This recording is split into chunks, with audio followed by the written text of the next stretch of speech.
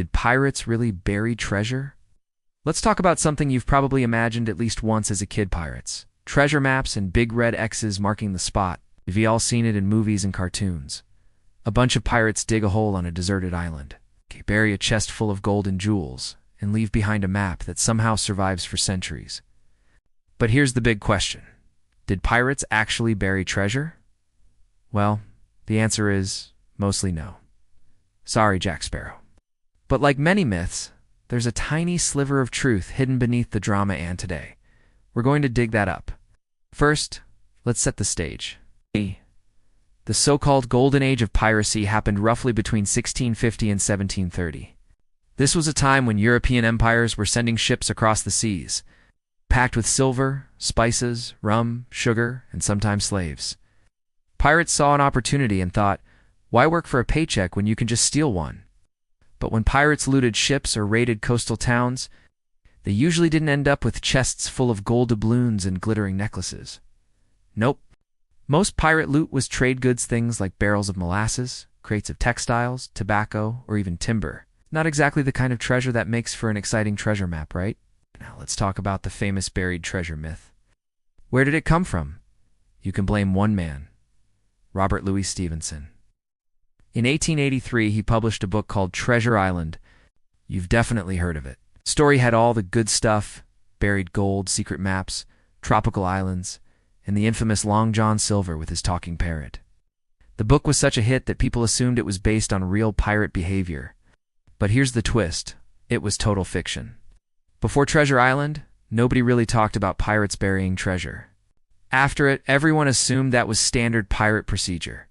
But here's the thing. Pirates were not the long-term planning type. These were people who lived dangerous, unpredictable lives. If you robbed a Spanish galleon and got rich, you didn't go stash the loot in a hole. You spent it. Fast. On rum, gambling, weapons, women, or a shady tavern in the Bahamas. Many pirates didn't live long enough to make future plans anyway. The average pirate career was less than 2 years, so burying treasure just wasn't practical. Why hide your fortune if you might be swinging from a hangman's noose next week? Now let's be fair. There's one real pirate who might have buried treasure, and his name was Captain William Kidd. Kidd started out as a respectable privateer. It's a fancy word for a pirate who had government permission to attack enemy ships. Think of him as a legal pirate until things got messy. In the late 1600s, Kidd got caught up in some shady dealings and was accused of turning full-blown pirate. The British authorities wanted his head. Knowing he was in serious trouble, Kidd allegedly buried a stash of treasure on Gardiner's Island, off the coast of New York. Why? He hoped he could use it as a bargaining chip. Like, hey, I'll tell you where the loot is if you let me off the hook. Spoiler alert, it didn't work. He was tried and hanged. But here's the interesting part. The treasure was found, and part of it was used in his trial. So yes, Captain Kidd did bury some treasure. But he's the exception, not the rule. Another thing to think about, the logistics. Let's say you did want to bury treasure. Where would you put it? Islands shift, trees rot, storms wipe out landmarks. Without GPS or satellite maps, your secret stash might stay hidden forever, maybe even from you. That's a big risk, especially when you could just blow it all in Port Royal and have a great time. Still, the idea of buried treasure stuck around. And it's not just pirates who get the credit. Outlaws in the Wild West, gangsters in the Prohibition era. Even ancient kings people love the idea of hidden riches waiting to be found. It's part of our collective imagination. It's the promise of striking it rich overnight, the mystery, the thrill. So why does this myth persist? Because it's fun. It gives us a sense of adventure.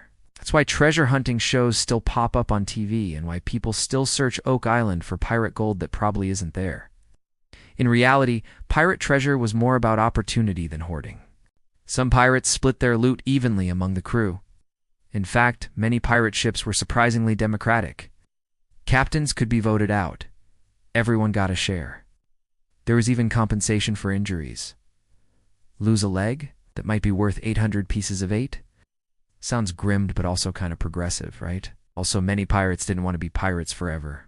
If they managed to get rich from a big score, some of them retired, sometimes under fake names, or in faraway colonies where no one asked questions. They bought land, opened businesses, and tried to go legit. One legend tells of a pirate who went back to England, opened a pub, and named it the Jolly Roger. Whether that's true or not, it shows that for some, the dream wasn't hidden. Gold, it was survival, and maybe a second chance. But even though most pirates didn't bury treasure, the fantasy of it never died. And maybe that's the real treasure, the stories we tell, the adventures we imagine, and the curiosity it sparks. So next time you see a skull and crossbones flag, or hear someone say X marks the spot, just remember, it probably came from a novel, not the Caribbean. But hey, who says history can't have a little flair, and who knows? Maybe there is a chest buried somewhere on a forgotten island waiting to be found. After all, even myths start with a grain of truth.